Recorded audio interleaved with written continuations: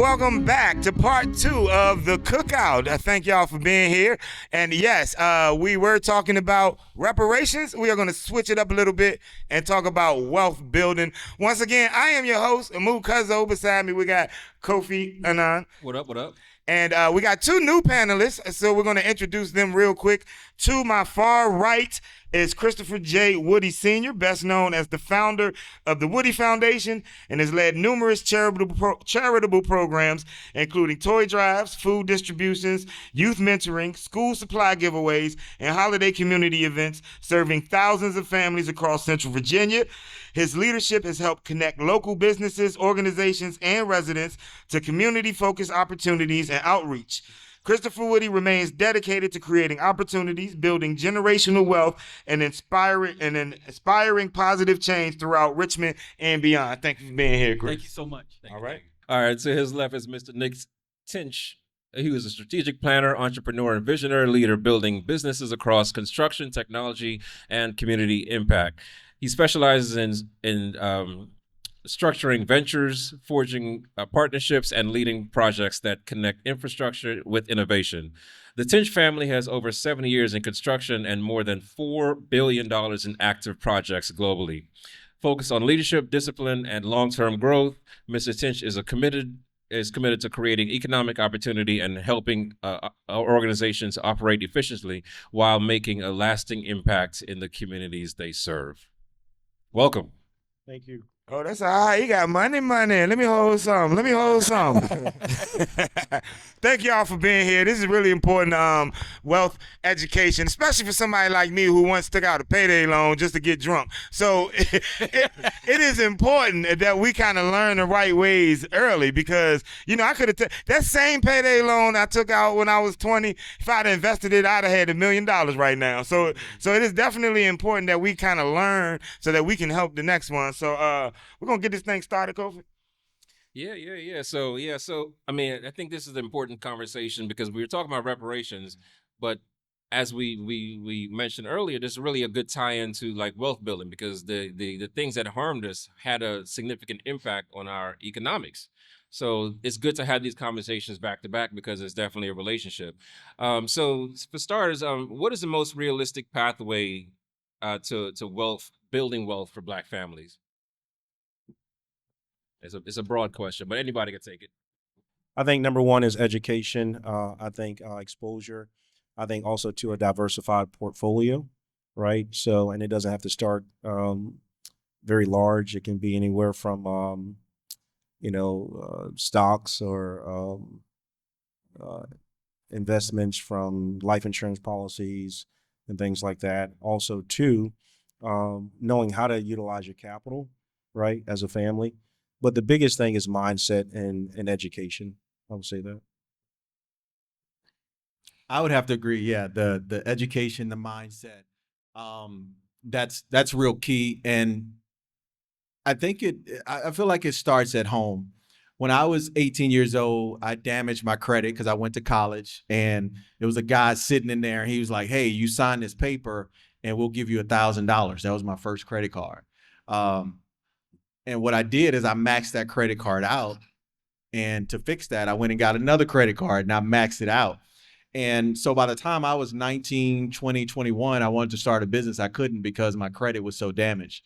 My daughter just turned 18 and she was able to buy her own car, finance it herself, no cosign or anything. So she's already in a better position than I was in because of that education and stuff. So I think that's very key. And starting at home, being able to educate your kids on the stuff that you didn't know about. So that's key.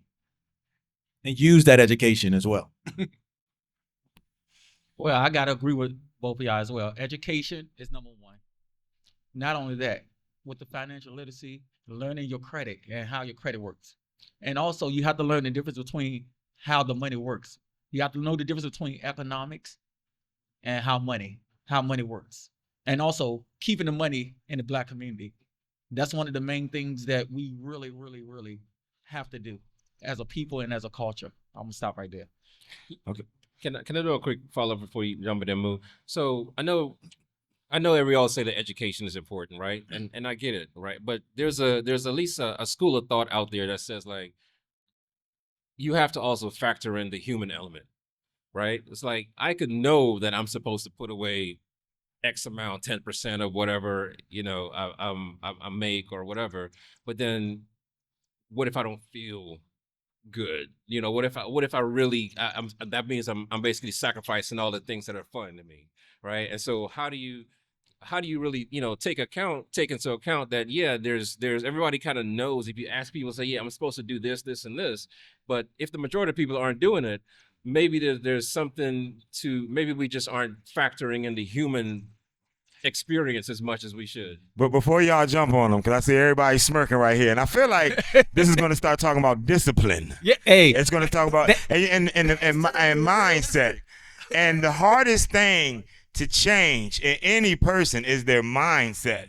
So when we're talking about discipline, how is it because you're not talking about education, we're talking about changing the mindset, because everybody know the only way to lose weight is to burn more calories than you consume. The only way to get rich is to save more money than you spend.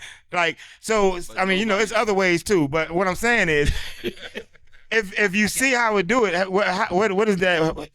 I guess I'm just amplifying his question. Where does that come into play for y'all? And don't do it like Michael Jordan. When Michael Jordan tried to coach, like, just dunk from the free throw line. Like, everybody can't do what you do. So how do you address that? you want me to go? Okay. You went to discipline. Everybody here has a job. Nobody tell you get up and go to your job every day. My wife does. But other than that, and he said a key word. He said the word sacrifice. What are you willing to sacrifice to get where you want to be? Is it not spending fast food money, not turning up on the weekends, not going places that you aren't supposed to go? Let's be real. Not buying marijuana, want to get high. Them things that you have to sacrifice. It's hard because you have to. It's a scripture in the Bible that says you have to die daily. Dying daily, it hurts when the flesh wants it and you really know where your main goal is. Yep. I'm not allowed to go back to church till next year, but but long suffering is one of the fruits of the spirit. People don't talk about that. Like, if you're really doing what you're supposed to do, it hurts to do what you're supposed to do. Yeah. So yeah, what you got? So yeah, to that point, sacrificing, delayed gratification, all that stuff. We practice that on a daily basis, whether we really understand that or not. We practice that on a daily basis. So getting it to a point to where we know what our budget is.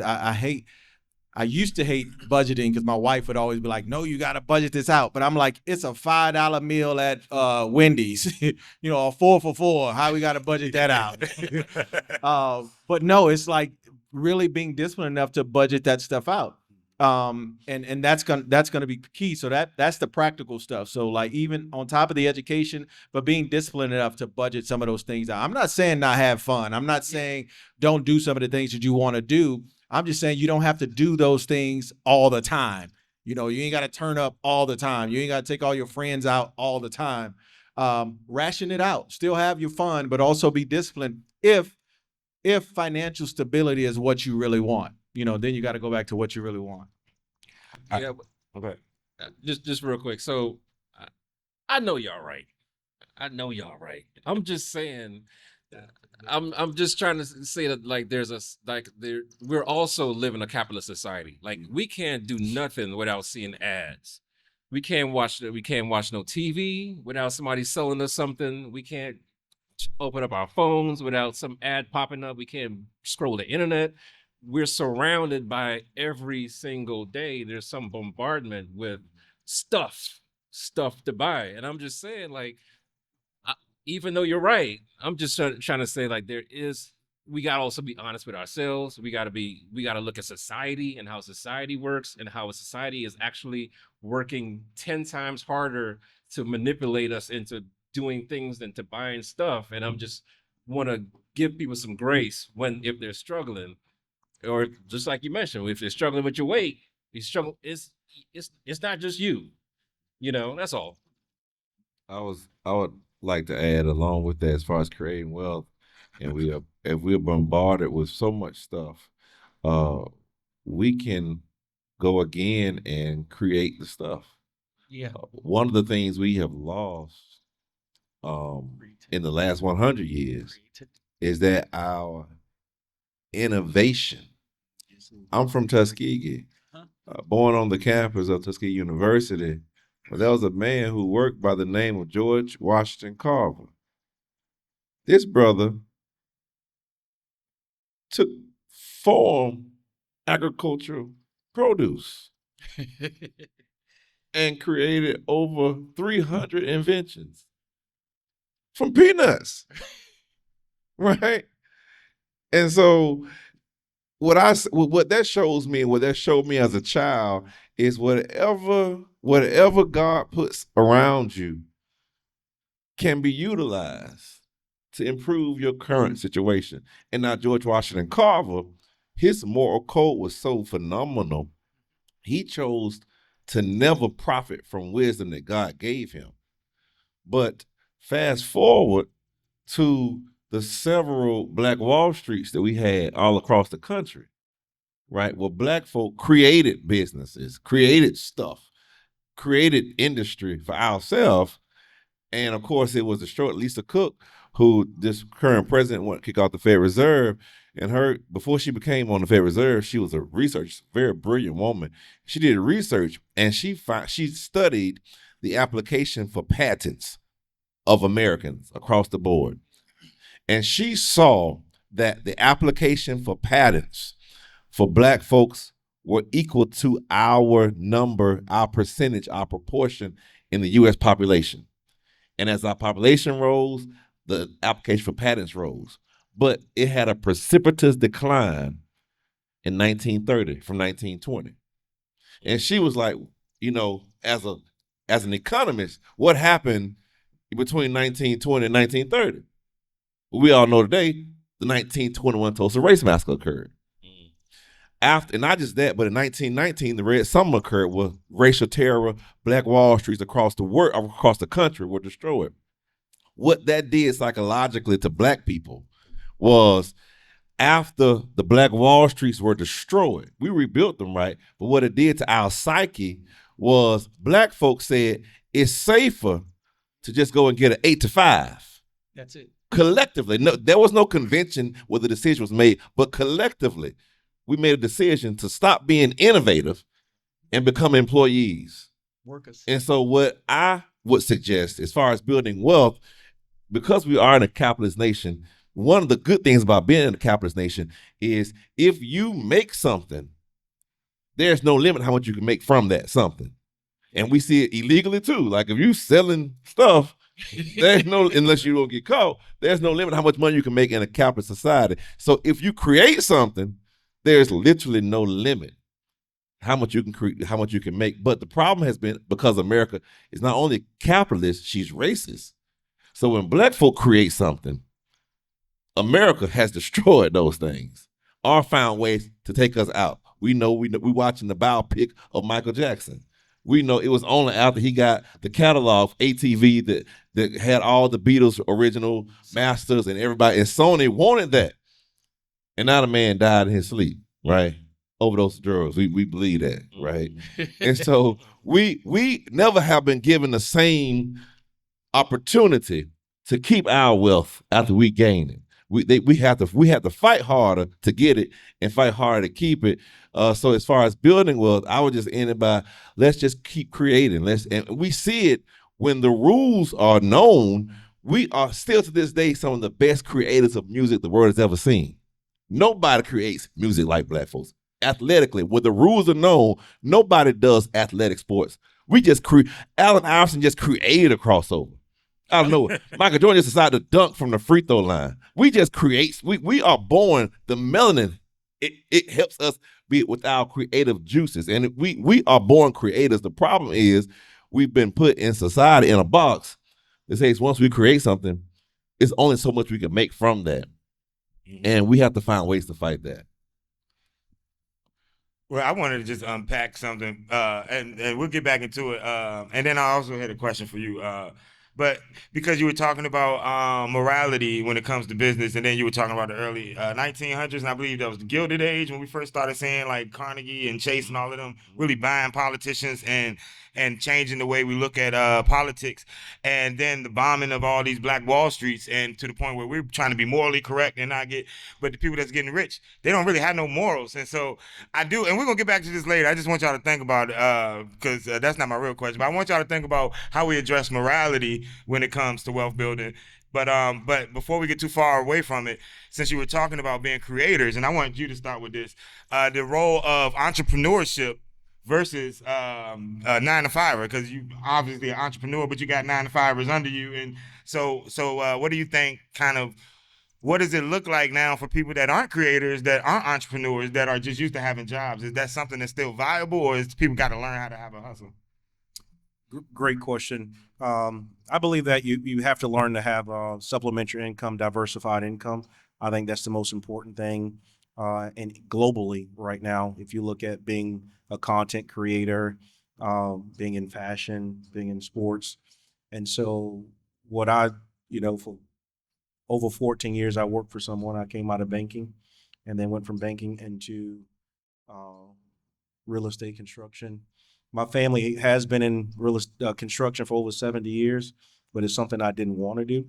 And so, but I learned it was probably the best thing to do. So to make sure I'm answering your question, being your own boss is pretty cool, but it does come with a struggle. I wanted to jump back to his question, when it come to learning about wealth and building wealth. One of the biggest things that turned my vision was failure. I had over $4 million in debt. I lost a $10 million business. So I have experienced failure to restructure my mindset and my vision. I know what it's like to struggle. I know what it's like to have bad credit. I know what it's like to be on the other side of success and then, come back from that with the help of our Lord and Savior, Jesus Christ. And so, saying all that to say is failure is one of the biggest things to help correct my mindset and vision, to allow me to refocus, sit at different tables, not being afraid to be at different tables, even if the mindset or thought process is different from the way I was raised, right?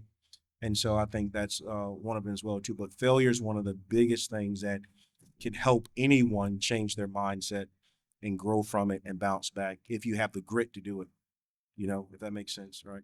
Oh yeah. It makes sense. Especially, I saw a movie, and the lady told her daughter, "Go be young, go make mistakes and fail." And I was like, "Wow, that's something my mother would have never told me." Because we come from sometimes like one mistake and you in jail for the rest of your life. You're like, so it's hard to have that mindset of that I'm allowed to fail, and so it's hard to do that. But I just wanted to interject that. What you got, Jim? And culturally, I'm gonna say culturally, we were never raised like that. Mm-hmm. Culturally, we were raised like gentlemen, the pastor said, be the best, do the best, be creative. I'm an inventor too. I have 2 patents. I have a utility patent and a design patent. Oh. And so I did take that chance to do it. But I think being okay with failing, I think, and telling our kids that, right? I have a 6-year-old and a 9-year-old. And when they fall down, I laugh and we laugh about it. And I always say, and they're 2 girls, I always say it with your chest. Get up, say it with your chest. Okay, daddy, okay, daddy. And so I think allowing our children and even telling ourselves it's okay to fail. It's okay to have setbacks, right? And we've been taught psychologically as a people to got to be the best, but nobody's the best.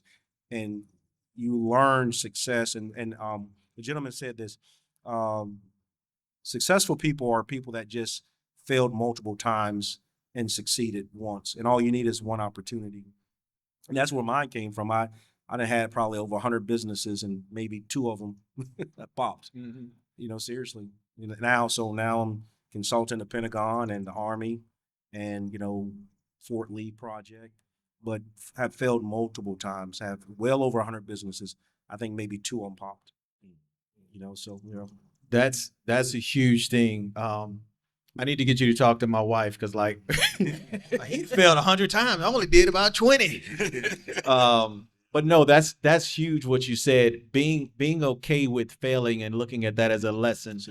That's one of the things I was going to mention earlier is that I'm in a stage in my life where I'm trying not to continue to look at myself as a victim, because that's another thing that us as Black people is that it's instilled in us, and we're taught to be victims. We're taught to be in a state to where somebody else is responsible for our success or our failure or success. And being able to have that mentality of, okay, yes, I fail, but I'm not a victim. I'm not just going to live in my failure. Actually, I didn't fail. I learned. You know what I'm saying? And so now that I've learned, I'm able to put that wisdom and that education into action. So when you was talking about, okay, yeah, I know education, but what's the real deal? Failing is learning, getting those lessons and stuff like that's and being okay with it. I've lost businesses. The Porsche that I've had a vision of, I bought it. They picked it up out the driveway along with the Mercedes, and I lost everything, bankruptcy and everything. But it's like, you know, they didn't kill the spirit. And so you can rebuild from that. And so I commend you on fighting back. Thank you for that. I definitely agree that when it comes to entrepreneurship, it definitely is a mindset thing. But do you really think that would you tell everybody that, hey, everybody could be an entrepreneur, or do you think that it is something that it is taught? Do you think that it's something that everybody should strive for? I do believe that there's value in. I don't believe everybody can do it because I don't think everybody's personality is built for it. I myself, I'm an entrepreneur for maybe the last 7-8 years. I talk about failure. I mean, I had a restaurant down the street from here that we closed last year. So I'm not afraid to fail. I'm not afraid to try new things, you know, and I embrace that. But I also understand that realistically, I don't think it's for everybody because, you know, everybody's not going to be able to put up with that, you know, or deal with that. But what do y'all think? Or even have that skill set.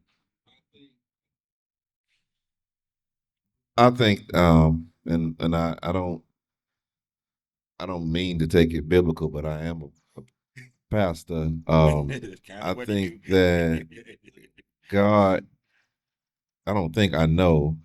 The Bible says we were all made in the image of God, and that God is a creator. Mm-hmm. He just out of ex nihilo, out of nothing, he just creates. So what I would agree with you, I don't think we all are the same type of entrepreneur or the same type of creator. But if there are 9 billion people on the face of the earth and not one of us have the same fingerprint, and to go a step further, no person that ever lived has the same fingerprint. We are walking miracles of creative genius.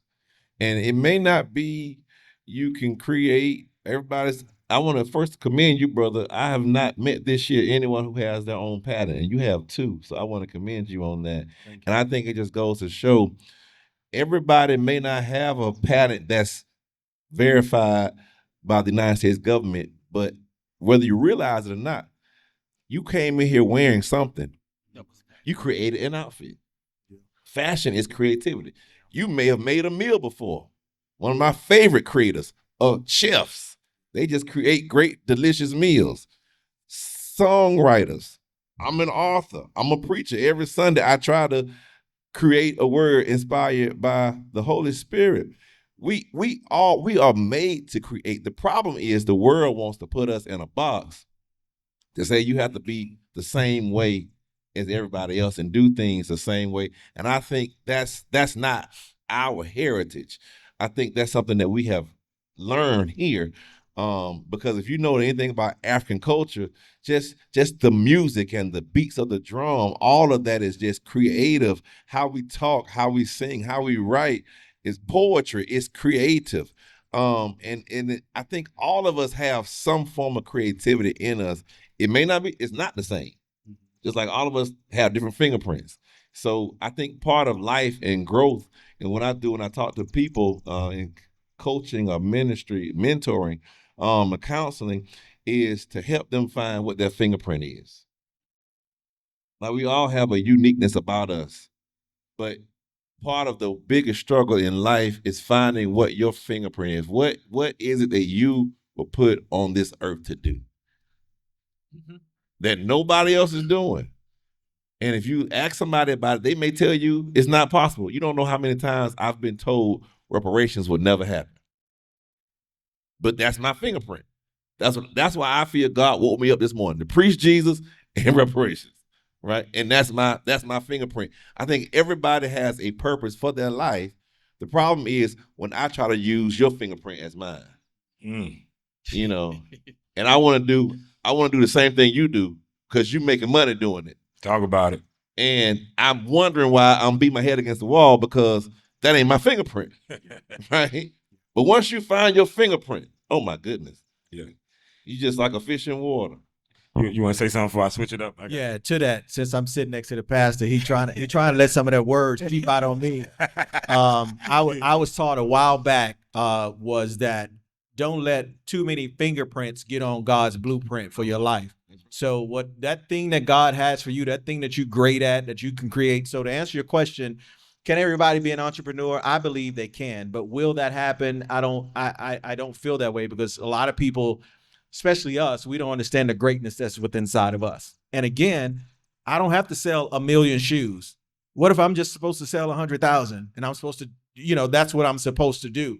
So for us, we can get into this mindset of trying to be like somebody else and trying to mimic that fingerprint. There's a lady in the Bible where her husband had died and she had a whole bunch of debt and she had kids. And she was talking to a prophet and the prophet was like, hey, hold on, wait a minute. You got everything you need in your house. Take them, containers, take that oil, hook it up, and do what you got to do. And she did that and she sold all this oil and she paid off her debts and still had enough for her and her family. The key thing was that everything she needed was right there in her house.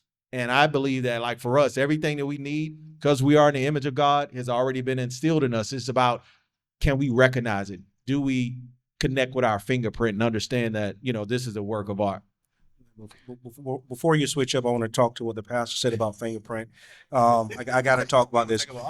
Well, yeah. Well, and here is why I had to learn what my fingerprint was. So in second grade, I got diagnosed with ADHD and dyslexia. I graduated high school reading on a second grade reading level with a special diploma, and people telling me what my fingerprint was, not knowing that my fingerprint of ADHD and dyslexia is actually a gift. Yeah. So in construction and real estate, I can actually see a project and understand it before it's actually even finished. So I'm able to visualize it, use my spiritual gift.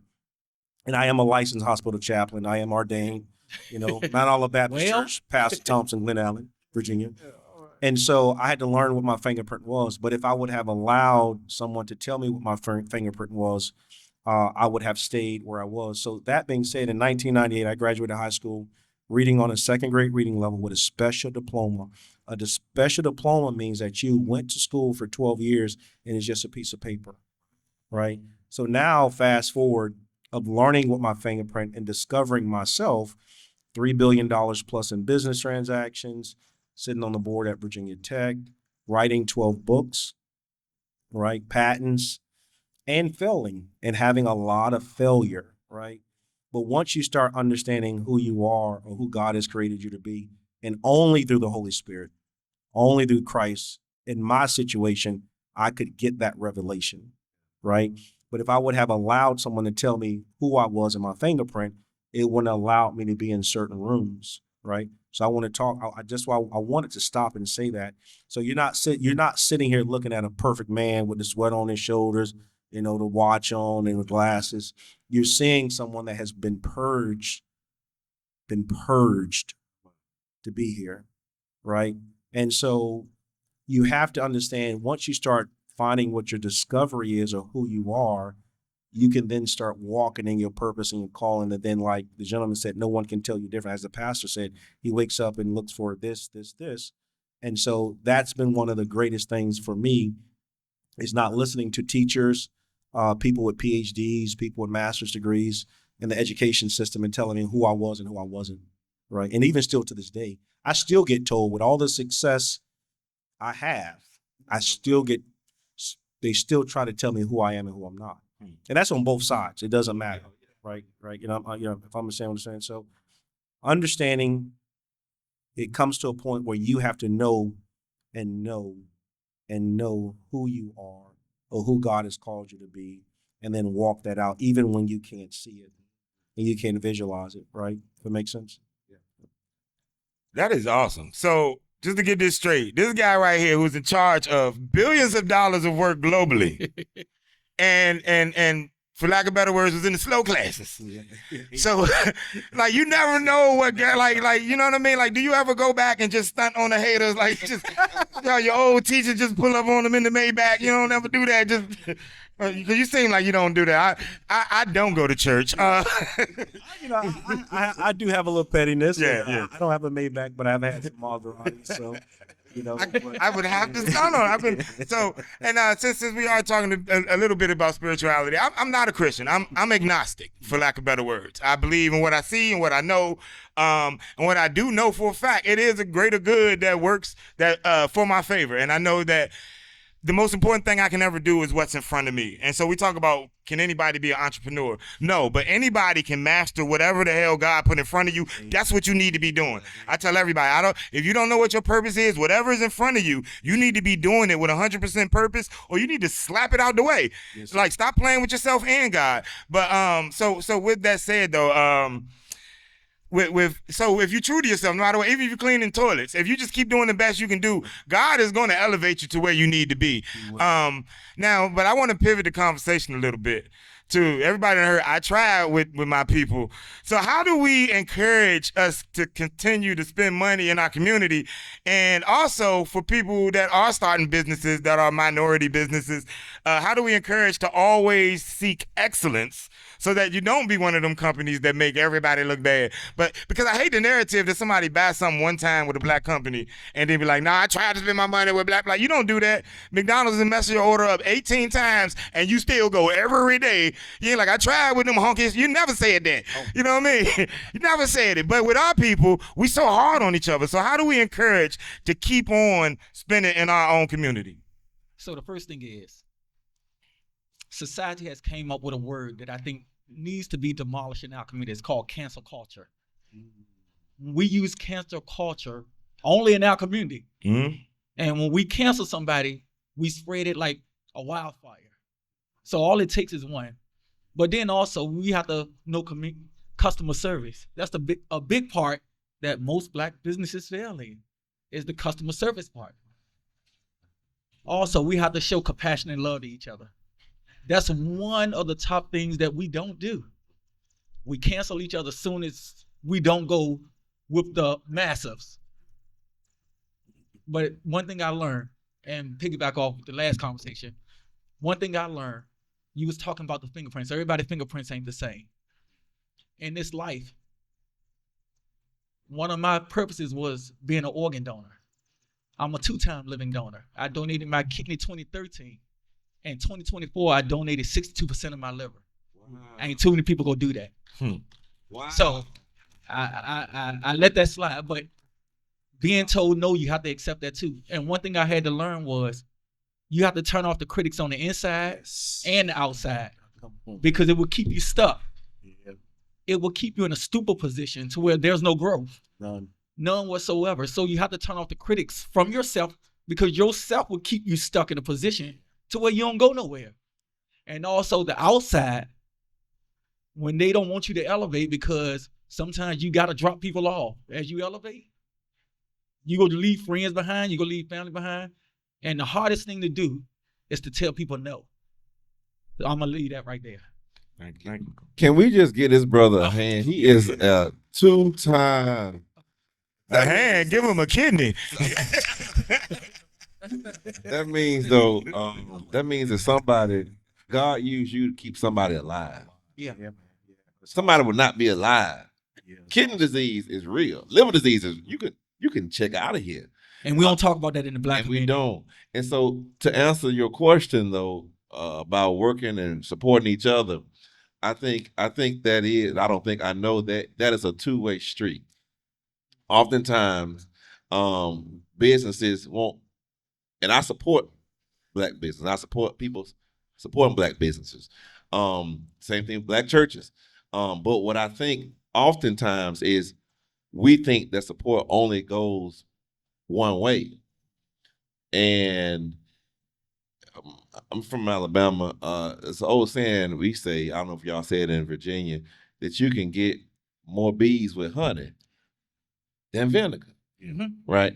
And so oftentimes for those who, if you, the Bible says, if you want friends, show yourself friendly. We have to be giving of our own resources to our community as well. It shouldn't just be, well, I open up a shoe store, and I'm a Black owner. They should come support me. Well, do you at Christmas give out shoes to kids in the local elementary, middle school? Right? As a church, we want folks to come pay your tithes. You should pay your tithes. Full disclaimer. You should pay your tithes. But as a church, do we give out benevolence? I got a message today from somebody whose daddy just died. Can the church help? You know, and we do. We don't broadcast that, but because you shouldn't do it to get right. You do it because it's just the right thing to do.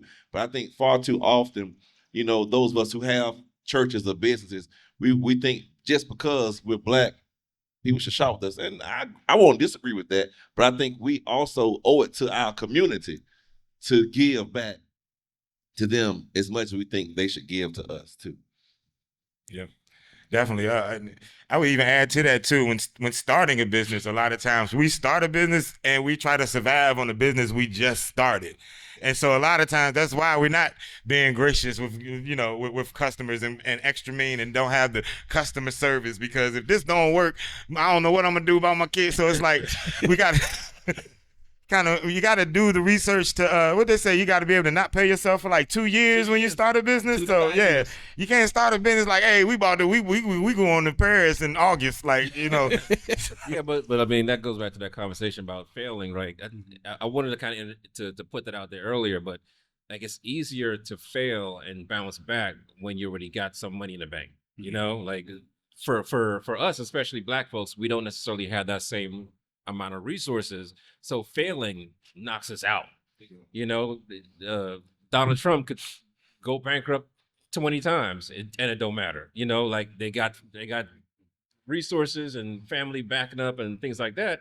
You know, and we just don't necessarily always have the access to capital. Yeah. One thing I will say to that, I'm sorry to, but is one thing a full colonel told me to do. He said, Nick, if you learn to put a process between you and your problems, you'll have less problems, right? You have to put a process. The other thing is it's okay to work a full-time job and have a side hustle for your dreams. I think a lot of times folks think that you have to jump into it to post, you know, on social media, that I'm following my dream, but I don't have a job, or I'm not making money.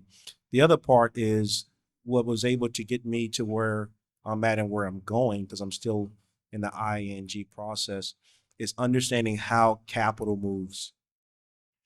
Understanding how capital moves, having access to capital, venture capitalists, family offices.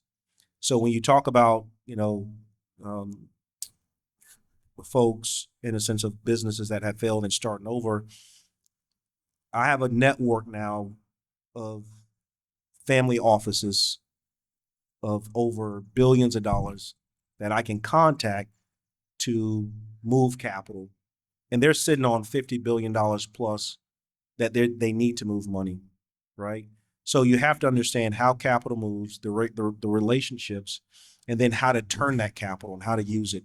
You know, what is going to cost me to carry the debt, right? It's certain terminologies that you have to get familiar with. What is going to cost me to carry the debt? Are they covering the debt and the equity? What's the points on the back end? So, and also too, it get to the point where it's okay to change your circle, as the gentleman said. Sometimes you do have to say, okay, damn, I have to move, in a sense of mindset and circle, right? And that's very hard to do, because LeBron James said, I didn't work this hard to stay the same. So I have been judged for being Nick. I have been, and so you get judged for you being you and wanting something different. But also too, that judgment has placed me in rooms of saying, okay, Now I have access to $50 billion globally. I'm talking about from the Dubai, Asia, US, of family offices and venture capitalists, right? So it gets to a point where you're saying, okay, now I have a family office. And now I'm saying, okay, how do I give back to certain communities or people I want to invest in, right? So you have to say a process between you and your problems, right? If I do have to work a job and follow my dreams, it's okay. And then how does capital move? And how do I look at being a venture capitalist and a capitalist? You're in a capitalist society, which is America. You need to understand how it flows, even from the church aspect to the White House, to the military, to running a restaurant, if that makes sense. Right. Absolutely. Hey, with that 50 billion, you know anybody that's trying to buy a kidney? That's illegal. I got 2 kidneys. No, I'm just That's illegal. No, go ahead. I'll go ahead. So another thing is, in our community, we have been taught that debt is bad. Oh, debt is excellent. Debt is the Great. best thing we could have. Yes. That is great. Well, if you know anybody that want to invest in a nonprofit, I have one that's a write-off. That's so true though. One of the things I teach about in credit is using other people's money, and that's having a capital. I had an ice cream shop that failed because I was working at the bank and I was making enough money to suffice and carry the business. But then this is when 2008, when the whole mortgage crisis happened, everything just fell out. And I couldn't keep the business going because I didn't have the capital.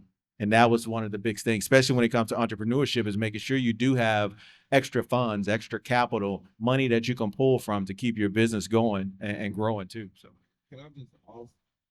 can I add a historical note on why in our community debt is bad? Debt has been seen as bad because before we became the doctors and the MBAs and the pastors and all that stuff from great places and having wealth, when as sharecroppers, we were indebted to the land, and the owner of the land will have us, my granddad and I'm talking about personal family history now. They were kept from getting any profits until they paid off their debt to the owner of the farm. And I'm talking about they had to pay for where they live, the bags they used, the clothes they wore, the shoes they had on their feet. And oftentimes, because our ancestors couldn't really read or count, they always ended the year in debt. Yeah. Always ended the year in debt. So in their mind, that is the devil. Like, oh man, nothing but the love of God. And so they will tell you that. And so they pass that no debt ideology down to their children. And now, because we have, more black folks who are well versed in the economy, but we've always had black folks in every generation who knew how to manage money. The problem though was when the white man wanted your stuff, he was gonna just come take your stuff. Come take it. Period. And you had no recourse. So we were always taught to owe nobody anything. And we have to, if we're going to learn how to survive in this capitalist society, we have to learn how to unlearn certain things and learn how we can utilize debt as our asset. But that's something that goes against hundreds of years of debt being the devil, because debt was used to keep us on this farm that we didn't want to be on, and we sent our children up north to go to school or to work in a factory because at least they didn't have to worry about being in debt to a farm. They would be working in terrible factories up north or in Midwest, but they would not have to worry about being in debt to a farmer who would never gave them a profit. Can you imagine working every year and never getting any profit off the land, but enough for just you and your children to eat? And oftentimes sharecroppers owed more than they received. And that's my parents' history, right? From Tennessee to Alabama. and that's been passed on to future generations. Well, thank you all so much. We're gonna wrap things up here, but I think one of the common theme is that it's, we got to get educated. Yeah. We got to have the right mindset, and we got to pass some of these good practices and thought processes onto our kids, to make sure that we pass this next generation, these information down to the next generation. I want to thank all of our panelists here. Really appreciate it. It's been a great conversation. Yeah, can you tell the people where to find you? Tell the people where to find you. Yeah. I'm Robert Turner, creating culture repair. I got about 20 copies here tonight.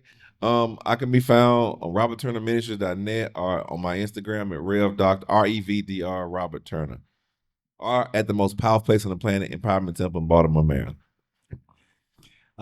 Jeremy Roberts, you can find me on Amazon, F'd up my credit, and put the FD up my credit. Don't put anything else in there because I'm not responsible for what your browser pulls up. But F'd up my credit, Jeremy Roberts, or you can go to Exodus. When you talked about Moses getting out, that's Exodus. And that's why I named my business that, Exodus Credit Services, leading people from bondage to freedom. So go there or F'd up my credit on Amazon. Movement of your people. Okay. Yep. Sorry, bro. Nick Tinch, it's great to be here. That's how you know you don't need nothing from nobody. Don't follow me. He got everything he needs. I'm good. $1 billion. Don't follow me without $1 billion. Matter of fact, don't follow me. Matter of fact, can one of y'all walk me to my car? Christopher Woody on Facebook. Instagram is the Woody Foundation RVA. Yep. I'd like to thank y'all for being here. I am Mu Cuzzo. You can find me MU804. I'm on Facebook, Instagram, Pornhub, Christian Mingle. I'm everywhere. I be doing comedy. You gotta see me doing some real jokes. All right, look. Thank you, Kofi, for inviting me here. Thank you. For sure. No, I appreciate all of y'all, man. Y'all can find us at Sankofa Travels with Kofi. Also want to thank Modern Man Photography for providing all this, beautiful work here for us. Appreciate you. Want to thank Shout out DJ Mockingbird. DJ Mockingbird. Snow Yummy Food Truck. No Yummy Food Truck. Chef G. Chef G Seafood and Catering. And we're here in Pals, our Petersburg area Art League. Petersburg. As well for letting us use this space. Yeah. And thank y'all for coming out. Peace. Make sure you like and share and subscribe. Peace.